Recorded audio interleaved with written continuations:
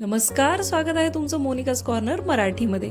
आज आपण या मिरच्यांपासून अगदी चटपटीत असा वेगळा पदार्थ बनवणार आहोत। तुम्ही म्हणताल या मिरच्यांची भजे तर आम्ही नेहमीच बनवतो। हो, नेहमी बनवता, पण आज ते अगदी वेगळ्या पद्धतीने आहेत। यामधली जी स्टफिंग आहे ती अगदी वेगळी आपण पाहणार आहोत। चव अप्रतिम लागते, त्यामुळे टिप्स आणि ट्रिक्ससह व्हिडिओ तुमच्यासोबत शेअर केला आहे। शेवटपर्यंत नक्की पहा।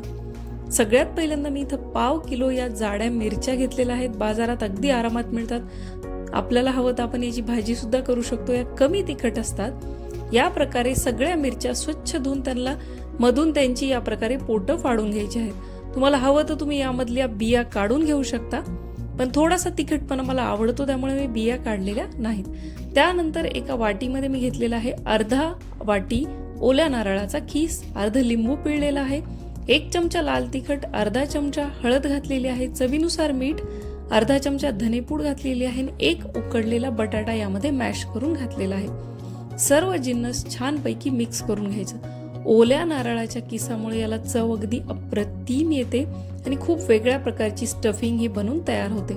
तुम्हाला हवं तर तुम्ही इथं कोथिंबीर सुद्धा वापरू शकता, माझ्याकडे नव्हती म्हणून मी घातलेली नाही।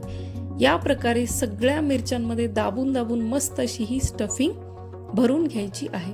बऱ्याचदा आपण बटाट्याची स्टफिंग भरून ही भजी बघतो, पण त्याला चव अगदी बटाटवड्यासारखीच लागते। मिरच्या भरल्यानंतर एका दुसऱ्या बाउलमध्ये मी घेतलेला आहे 1 कप बेसन पीठ, सोबतच 1 चमचा तांदळाचं पीठ, 1 चमचा मीठ, 1 चमचा लाल तिखट, अर्धा चमचा हळद, पाव चमचा ओवा घातलेला आहे आणि अर्धा चमचा मी साखर घातलेली आहे।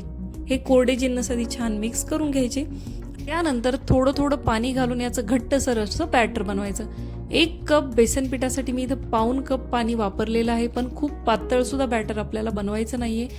घट्टसर आणि मीडियम असं बनवायचं आहे, म्हणजे मिरचीच्या पूर्ण वरच्या साईडवर किंवा मिरची जेव्हा आपण त्यामध्ये बुडवतो तेव्हा ती व्यवस्थित कोट झाली पाहिजे। तुम्ही बघू शकता बॅटरची कन्सिस्टन्सी, जसं आपलं इडली बॅटर असतं त्या प्रकारे हे घट्टसर असलं पाहिजे।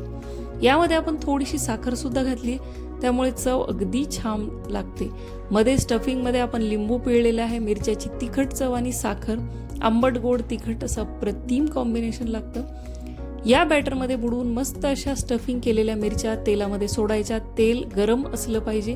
त्यानंतर मीडियम फ्लेमवर छान अशा गोल्डन किंवा तांबूस रंगावर येईपर्यंत या मिरच्या तळून घ्यायच्या।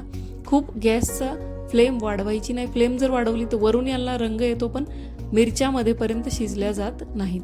तुम्ही बघू शकता अगदी मस्त असे गरमागरम आपले मिरचीचे वडे हे बनवून तयार आहेत। सोबत हिरवी चटणी बनवू शकता तुम्ही, पुदिन्याची आणि कोथिंबीरची, किंवा तसेचही खाल्ले तरी अगदी अप्रतिम लागतात, किंवा सॉस सोबत सुद्धा सर्व करू शकता। या वेगळ्या प्रकारे या मिरचीच्या स्टफिंगचे भजे तुम्ही ट्राय करून नक्की बघा, तुम्हाला आवडतील। व्हिडिओ आवडला असेल तर एक लाईक नक्की करा, तुमची महत्त्वपूर्ण कमेंट करा, जास्तीत जास्त शेअर करा। मी भेटते अशाच एका मस्त रेसिपीसोबत पुढच्या व्हिडिओमध्ये। तोपर्यंत बाय।